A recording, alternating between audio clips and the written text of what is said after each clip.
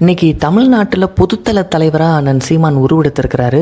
குறிப்பாக ஏதாவது ஒரு தமிழர் அரசியல் கட்சி தொடங்கினார்னா அந்த தமிழர் எந்த சாதியோ அதை வச்சே அவரை முடக்கிடுவாங்க. ஆனால் அண்ணன் சீமான் மட்டும்தான் இந்த திராவிட சூழ்ச்சியிலிருந்து தப்பிச்சு இன்னைக்கு மேலே பொதுத்தள தலைவராக அடையாளப்பட்டிருக்கிறாரு. எல்லா சமூகத்தை சேர்ந்த இளைஞர்களும் எல்லா சமூகத்தை சேர்ந்த மக்களும் சீமானுக்கு வாக்கு செலுத்துகிறாங்க. அவரோட சாதியை பார்க்காம அவரை தமிழராக ஏற்றுக்கொண்டு அவருக்கு ஆதரவு கொடுக்குறாங்க. இன்னும் ஒருபடி மேலே போய் இப்போ தமிழ்நாட்டில் இருக்கக்கூடிய பிறமொழியாளர்களும் அண்ணன் சீமானுக்கு ஆதரவு கொடுக்க தொடங்கியிருக்கிறாங்க. தமிழ்நாட்டில் தெலுங்கர்கள் இருக்கிறாங்க, கன்னடர்கள் இருக்கிறாங்க, சௌராஷ்டிரா மொழி பேசக்கூடிய மக்கள் இருக்கிறாங்க. அவங்களும் இப்போ அண்ணன் சீமானை ஆதரிக்கிறாங்க. நம்மளாம் இவங்களாம் இந்த தமிழ் தேசிய அரசியல் காலத்துல சீமான் மீது ஒரு பார்வை இவர்கள் செலுத்த நேரிடும் அப்படின்னு நினைக்காதவங்க எல்லாம் சீமான் அரசியலை சரின்னு பேசுறாங்க.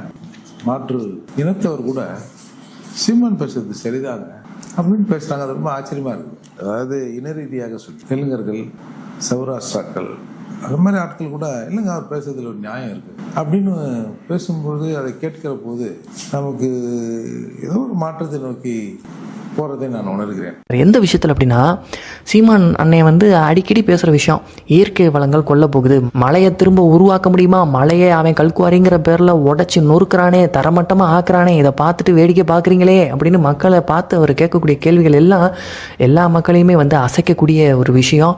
மரத்தை வெட்டுறது, மண்ணெல்லி விற்கிறது, இயற்கை வளங்கள் கொள்ளை போகிறதுக்கு எதிராக தொடர்ந்து குரல் கொடுக்கக்கூடிய ஒரு அரசியல் தலைவர், ஒரே குரல் அப்படின்னா அது அண்ணன் சீமான் மட்டும்தான். வேறு எந்த கட்சியும் பேசுறதில்ல. அந்த விஷயத்தில் உடன்படுறதா பிற இன மக்கள், பிற மொழி பேசக்கூடிய சகோதர சகோதரி மக்கள் கூட சொல்லியிருக்கிறாங்க. இதன் மூலமா சீமான் ஒட்டுமொத்த தமிழர்கள் ஏற்றுக்கொண்ட தலைவராக மட்டுமல்ல, தமிழ்நாட்டில் வாழக்கூடிய பிற மொழியாளர்களும் ஏற்றுக்கொள்ளக்கூடிய ஒரு தலைவராக உருவெடுத்துக்கிட்டு இருக்கிறாரு.